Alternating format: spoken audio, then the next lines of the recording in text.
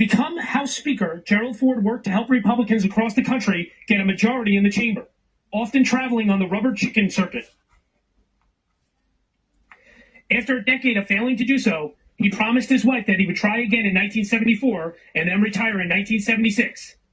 On October 10th of 1973, Vice President Spiro Agnew resigned and then pleaded no contest to criminal charges of tax evasion and money laundering, part of a negotiated resolution to a scheme in which he accepted $29,500 in bribes while governor of Maryland.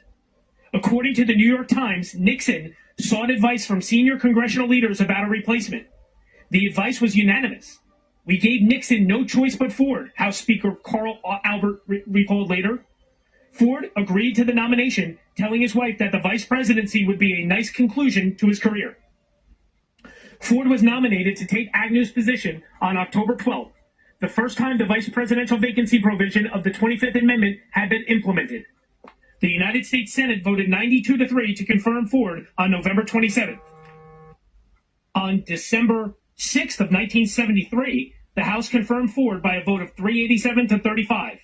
After the confirmation vote in the House, Gerald Ford took the oath of office as vice president. Ford became vice president as the Watergate scandal was unfolding. On Thursday, August 1st of 1974, Chief of Staff Alexander Haig contacted Ford to tell him to prepare for the presidency. At the time, Gerald Ford and his wife Betty were living in suburban Virginia, waiting for their expected move into the newly designated vice president's residence in Washington, D.C. However, Al Haig asked to come over and see me, Ford later said, to tell me that there would be a new tape released on a Monday, and he said the evidence in there was devastating and there would probably be either an impeachment or a resignation.